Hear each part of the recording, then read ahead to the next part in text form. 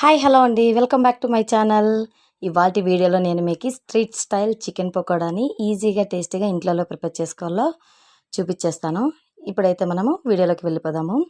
ముందుగా ఇక్కడ నేనైతే 1 kg బోన్ విత్ బోన్లెస్ అండి రెండు తీసుకున్నాను. మా పిల్లలు బోన్తో ఇష్టపడరు, సో మా పిల్లల కోసం అయితే బోన్లెస్, మా కోసం అయితే బోన్.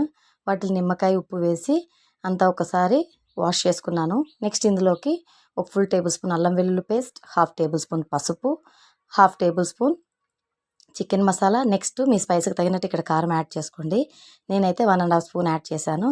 తర్వాత ఒక ఫుల్ టేబుల్ స్పూన్ ధనియాల పొడి, half table spoon garam masala.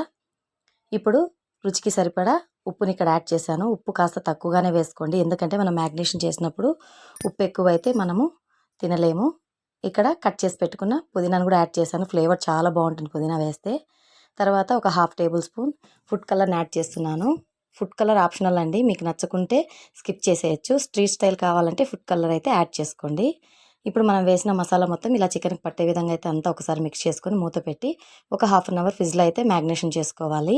Half an hour తర్వాత ఫ్రిడ్జ్లోంచి బయటికి తీసి ఇప్పుడు ఇందులోకి ఒక హాఫ్ టేబుల్ స్పూన్ శనగపిండి, next half table spoon cornflour, తర్వాత ఒక ఫుల్ టేబుల్ స్పూన్ బియ్యపిండిని యాడ్ చేశాను. బియ్యపిండి ఇవన్నీ వేయడం వల్ల మనకి మంచి క్రిస్పీగా వస్తుందండి పకోడా అనేది స్ట్రీట్ స్టైల్లో. ఇప్పుడు మనం వేసిన కార్న్ఫ్లోర్, బియ్యపిండి, శనగపిండి మొత్తం ముక్కలకు పట్టే విధంగా అయితే అంతా ఇలా కోట్ చేసుకోవాలి.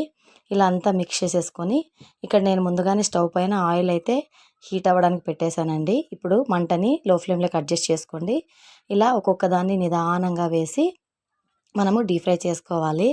వేసిన వెంటనే గరిటె పెట్టి మిక్స్ చేయకండి. ఒక 5 మినిట్స్ తర్వాత ఇలా మిక్స్ చేయండి, ఎందుకంటే మనం కోటింగ్ కోసం వేసిన కార్న్ఫ్లోర్ అదంతా వేసిన వెంటనే గరిట పడితే అది మొత్తం కోటింగ్ అంతా ఆయిల్లోకి వెళ్ళిపోతుంది. ఇలా అంతా మిక్స్ చేసుకొని మంటని లో టు ఫ్లేమ్లో అడ్జస్ట్ చేసుకుంటూ ఇలా మంచి కలర్ వచ్చేంతవరకు అయితే ఫ్రై చేసుకొని ప్లేట్లో ఒక టిష్యూ పేపర్ వేసుకొని ఇలా టిష్యూ పేపర్లోకి అయితే ఈ చికెన్ మొత్తం తీసేసుకోవాలి. ఇలాగే సేమ్ ఇంకొక వైన్ కూడా వేసేసుకుందాము. చాలా చాలా టేస్టీగా ఉంటుందండి. ఇలా చేసి పెడితే పిల్లలు కూడా ఇష్టంగా తింటారు.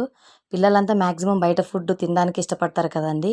బయట ఫుడ్ అంత హెల్తీ కాదు కాబట్టి ఇంట్లోనే కొంచెం ఓపిక చేసి మనం ఇలా చేసి పెడితే హెల్త్ మంచిది, పిల్లలు కూడా ఇష్టంగా తింటారు. ఇంకొక వాయి కూడా మనకి చక్కగా ఫ్రై అయిపోయింది, దాన్ని కూడా టిష్యూ పేపర్లోకి అయితే తీసేసుకుందాము. ఇప్పుడు ఫైనల్గా ప్లేట్లోకి అయితే తీసేసుకొని సైడ్ నంచుకోవడానికి ఆనియన్, అలాగే ఫ్రై చేసి పెట్టుకున్న పచ్చిమిరపకాయ ముక్కలు,